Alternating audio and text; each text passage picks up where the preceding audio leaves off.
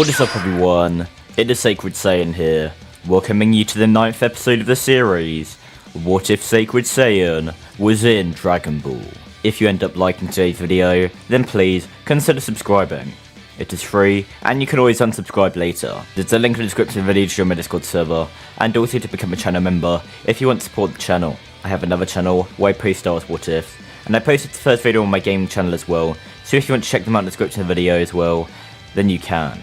And with all that out of the way, let's get into the 9th episode of What if Sacred Saiyan was in Dragon Ball? So at the end of the last video, we covered the events of the Buu saga. So we're going to start off today's video in Battle of Gods. Beerus wakes up like in canon after having a dream about a Super Saiyan God, but this time when he asks Whis about it, Whis tells Beerus that there actually is a Super Saiyan God. Whis looks into his staff, showing Beerus a battle between me, my future self, and Cell. And once Beerus sees the red hair and godly aura, he instantly recognises it as a form from his dream. Though he is irritated there was time travel taking place while he was sleeping. But the time travellers have been gone for a number of years now, so there's nothing he can do about it. Luckily for me, Whis doesn't look any further into the past, because if he did, then he would have realised I'm not even from this reality, which probably wouldn't have made Beerus too happy. On Earth, it is Bulma's birthday party, and while I'm speaking with Gohan, I'm just waiting for Beerus to show up.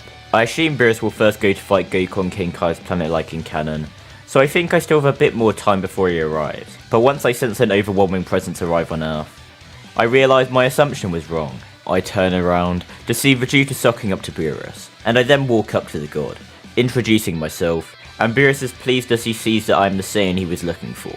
Vegeta looks at me with a shocked expression on his face, and I use telepathy to tell Vegeta to go along with it, as I act confused, and I ask Beerus why that is. Beerus tells me to transform into a Super Saiyan God, and I do so, as after all my training on Yardrat, I learned how to access it at will, like Goku did with Super Saiyan in canon, and both myself and Goku did in this version of events. Beerus smirks, telling me to fight him, but before I can say a word, Beerus punches me into the sky.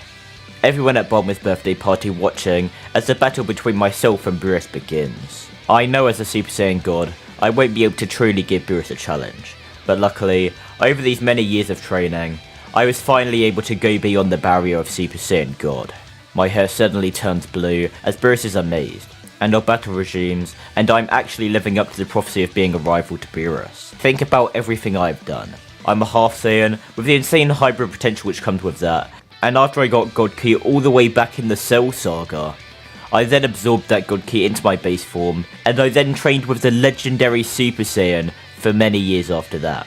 This also combined with all the other training I did, and my complete mastery over the techniques on Yardrat.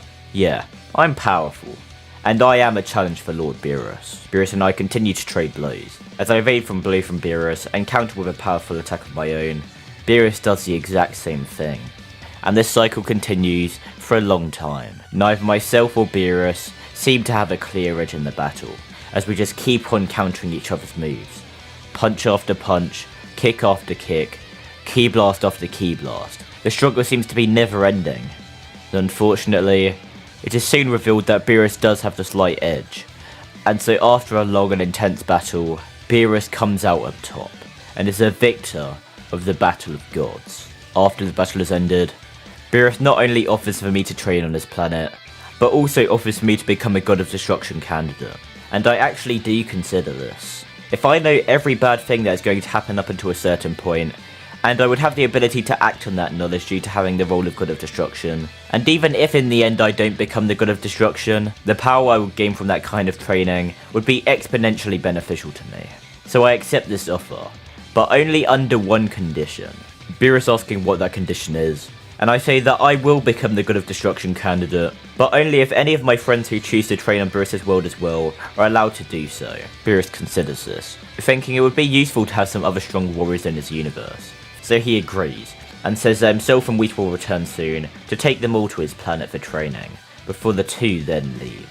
After they leave, I then go to every fighter I know, and I ask if they want to train on Beerus' world. So when Whis and Beerus return after a bit of time, myself, Goku, Vegeta, Broly, and Piccolo all decide to train in this world. Piccolo does nothing but meditate and train anyway, so he thought this would be a great opportunity.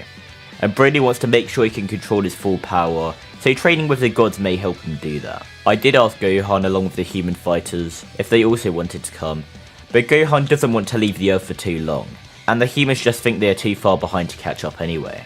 Tien was the only one of them who did consider coming, but he recently started a dojo, which he needs to oversee.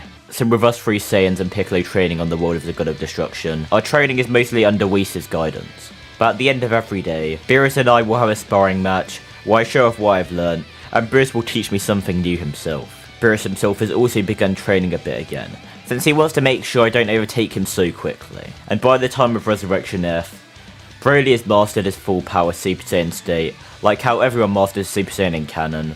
And in this version of events, Goku and Vegeta have pushed themselves even further in training, alongside having more time training on Beerus' planet, since they began their training earlier. So not only have Goku and Vegeta both achieved Super Saiyan Blue, but they've also pushed further beyond in different ways. Goku with Blue Kaioken, and Vegeta with Blue Evolution. Frieza would be revived like in canon, and after 4 months of training, he would head to Earth. But the likes of myself and the others on Beerus' planet don't even need to come to Earth, because Gohan here has kept up with his training on Earth, mainly training with Tien, while Tien's in Kaioken, and Gohan remains in his base form. And with an ultimate Gohan who has kept up his training while still being a scholar, he is able to overpower Frieza and knock him out. Myself then appearing beside Gohan and telling him that he has won this battle, but I will make sure that he will never have to battle Frieza again. I aim my hand at Frieza, a purple ball of energy appearing in my hand, as I mutter, Hakai, and Frieza is then erased from existence. We now head to the Tournament of Destroyers arc. The Universe 7 team, consisting of myself, Goku, Vegeta, Piccolo, and Broly, and as you can probably tell, this team is very broken. Goku is first up, and as per normal, he defeats Botamo, but still loses to Frost Poison. I obviously knew Frost had this, but I also knew if Goku didn't lose in that way, then nobody else in the Universe 7 team would be able to fight, so I let it happen for the sake of a fun tournament. Piccolo goes up next against Frost, defeating him easily without even using Kaioken or his God Ki. But unfortunately, even though this Piccolo is powerful, Vegeta seems to be the perfect counter to a Namekian like Piccolo.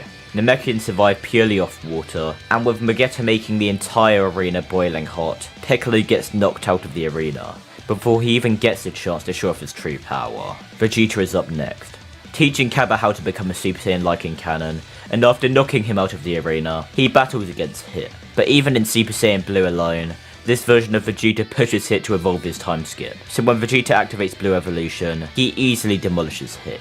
So with that, the Tournament of Destroyers comes to an end, with Universe 7 being the easy victor of the tournament. Zeno still arrives after the fact, along with his guards. And while Goku walks up to Zeno and befriends a childish being of pure destruction, I do consider attempting to do the same. But since I'm not entirely certain if Zeno would be able to know if someone isn't from the multiverse which I believe he created, I decided it's probably better if I keep my distance. After a small conversation with Goku, Zeno then leaves the arena along with his guards, and with them gone, Beerus now begins to decide on what he wants to wish for. I understand that this may be my chance of being able to wish myself to my home dimension. But not only would Beerus not allow that wish, Beerus doesn't even know about me being from another dimension. And not only that, but I am also reconsidering my goal of going back at this point. I've been in the Dragon World for so long now, far longer than I spent in my home dimension, and I can't help but wonder if I should really go back or not. Either way, that is a thought for another time, as I wouldn't be able to get the wish here anyway, so Beerus still decides to wish for the Earth in Universe 6 to be restored. And we now head back to Universe 7, but just not the main timeline one.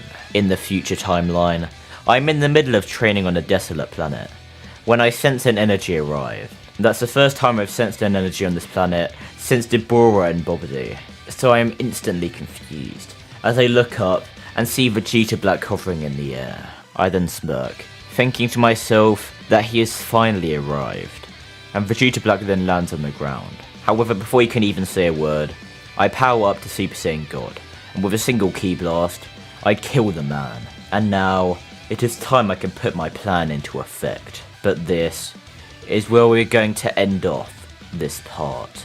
Hopefully you guys enjoyed this video, and if you did, then make sure to like, comment, and please do subscribe. It is quick and easy to do. Also, I want to give a huge thank you to Mystic Angel, Yeti Myth, Cam McPherson, Mega Exo, Jonathan Way, and All Might for becoming channel members. If you want to be checked out at the end of the video, and get other perks like the channel members here, then there is a link in the description down below to become a channel member. It greatly supports me, and it helps me immensely. With all that out of the way, hope to see you all in the next episode of What If Sacred Saiyan was in Dragon Ball.